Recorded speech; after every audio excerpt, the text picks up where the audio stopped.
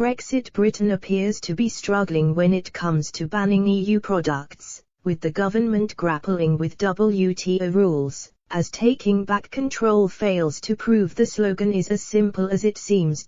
Prime Minister Boris Johnson now has to consider dealing directly with World Trade Organization, WTO, limitations, which are making some government ambitions on animal welfare more difficult, or at least be used as an excuse to avoid weakening the UK negotiating leverage in trade deals. Nicholas Lockhart, an expert in international trade law speaking on the topic, said, "The WTO has 165+ members. All WTO members would regard themselves as running their own independent trade policies, but they do that within a community of nations that have agreed to a certain set of baseline rules. Whether ministers can give in to the demands of animal rights campaigners when it comes to trade is a live debate."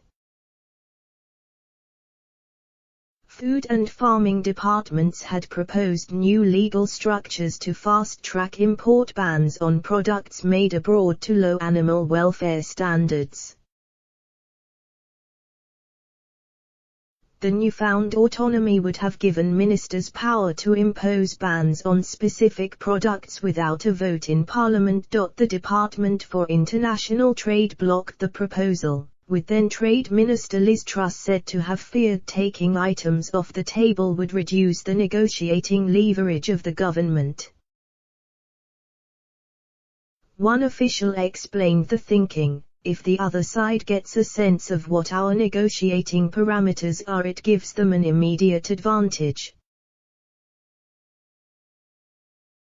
Experts argue the proposal would have risked new bans being challenged at the WTO. Nations are free to ban products that could pose a risk to human or animal health, assuming the fears have a scientific basis. But to ban a product on moral grounds is harder because meat from a well-treated animal has no material difference to meat from a mistreated animal.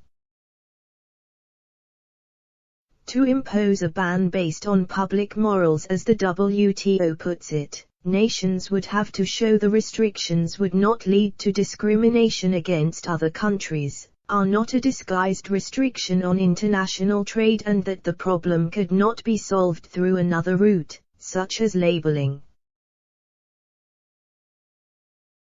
Speaking to Politico, Mr. Lockhart said such bans are politically sensitive because other nations will bristle at the UK attempting to change their production processes.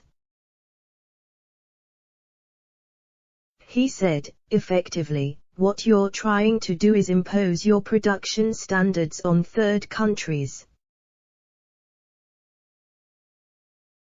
To make it more difficult, a ban could end up discriminating without intending to.